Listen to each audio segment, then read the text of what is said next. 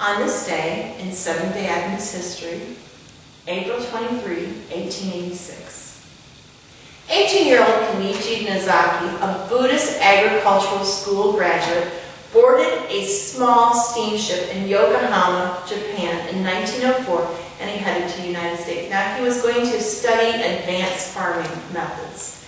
About 750 miles from the North American coast, his steamship's propeller suddenly fell off. The crew had no radio or telegraph to call for help, and the ship just drifted helplessly for 6 days until a larger vessel spotted the distressed ship and towed it to land. Now, Nozaki arrived in San Francisco at a time when anti-Japanese sentiment was high. Japanese children were even prohibited from attending public school in the United States. Finding work for a Japanese youth was not easy in the turn of the century America. Nozaki would find only domestic labor and farm work, and he was paid very meager wages. Living conditions were equally poor. Nozaki's health suffered, and at last he found a position as a gardener in Oakland, and he enrolled in English classes that were run by Elizabeth Swift. Mrs. Swift was a retired Seventh-Day Adventist Bible instructor who opened one of the first, if not the first, Adventist English language schools. On Friday evenings, instead of language classes, she held Bible studies. When everyone else hated the Japanese, why was this woman so kind to love them? Nozaki would attend the Bible classes and study the scripture. 5 years after arriving in the United States, he was working at the home of Stephen Haskell, who at that time was president of the California Conference. There he read a book called Early Writings and was delighted about the author, Ellen White, who came to dinner at the Haskell home. On May 21, 1912, he became received into the Oakland Seventh-Day Adventist Church by profession of faith and ordinance of baptism. Small in size but big in spirit, Brother Nozaki would immediately begin working as a self-supporting worker and at the Sacramento camp meeting, later that month and early the next, and he would sell 77 papers, 46 tracts, and 18 sets of tracts. Plus he would loan or give away another 32 tracts and papers to people who couldn't afford them. For the next few years, his name would be listed under the colporteur section of the Pacific Union Recorder with his sales. Many times he would be the top seller on the list.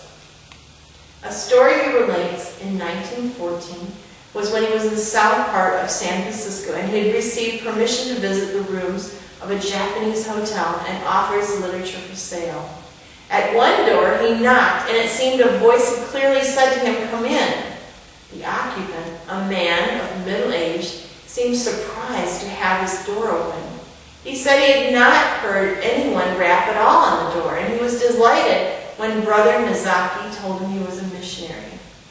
This man had, until recently, been a superintendent of the Japanese mission work for the Congregational Church in Southern California.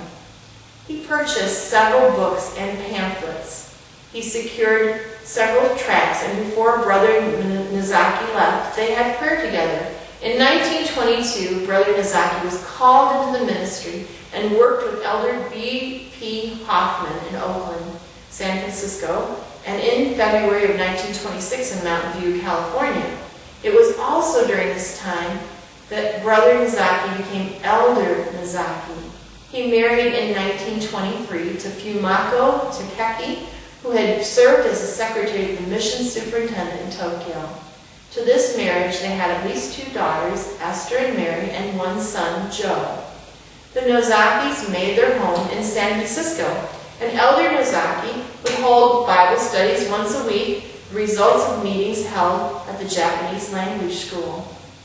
Sabbath meetings would be held in their home at 2103 Bush Street in San Francisco.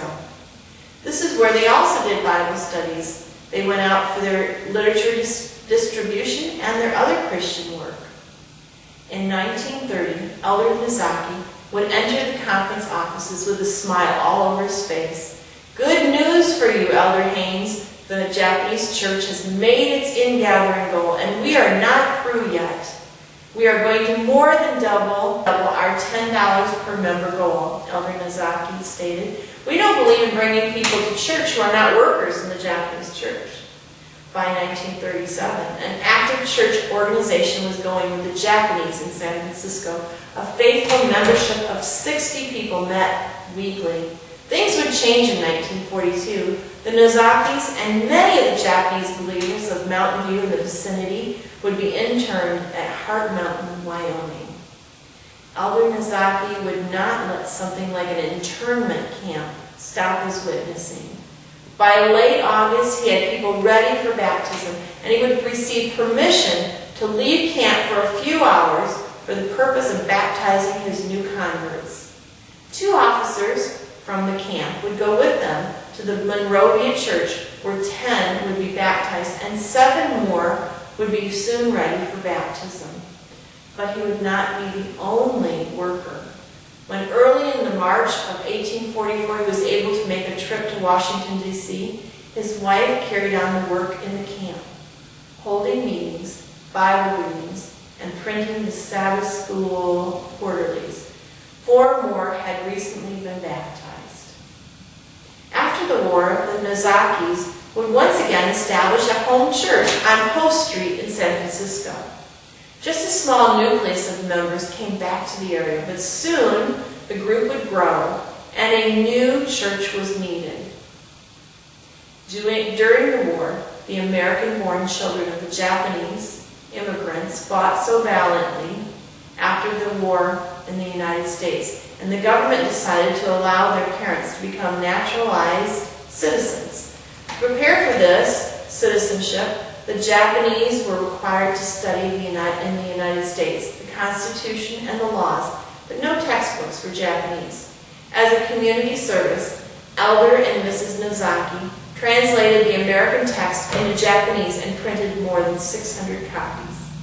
Early in 1954, Elder Nozaki retired, but he was not done. First, Elder Nozaki answered a call to work for the Japanese in British Columbia, and after baptizing several people there, he and his wife would return to Japan. It was his first visit. He had left there 50 years before. The Japan Union Mission asked him to visit every Adventist church in the country and tell them about his work and about Mrs. White, whom he had known personally.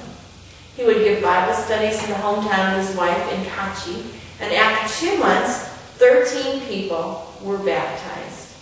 After returning to the American soil, he accepted the invitation of North California Conference to be the pastor of the Japanese church in Oakland.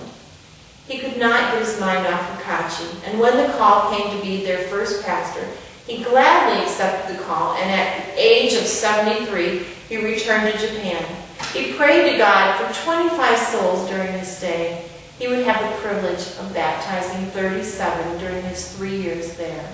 In 1970, at the age of 85, he went to Paraguay at the invitation of his son Joe to help organize a church there for Japanese. During the 6 months he was there, he held Bible studies, and 18 individuals were baptized into the church that he dedicated in 1970, giving them a membership of 40. On this day, April 23, 1886, Elder Kenichi Kazaki was born, the first Japanese Adventist minister in the United States.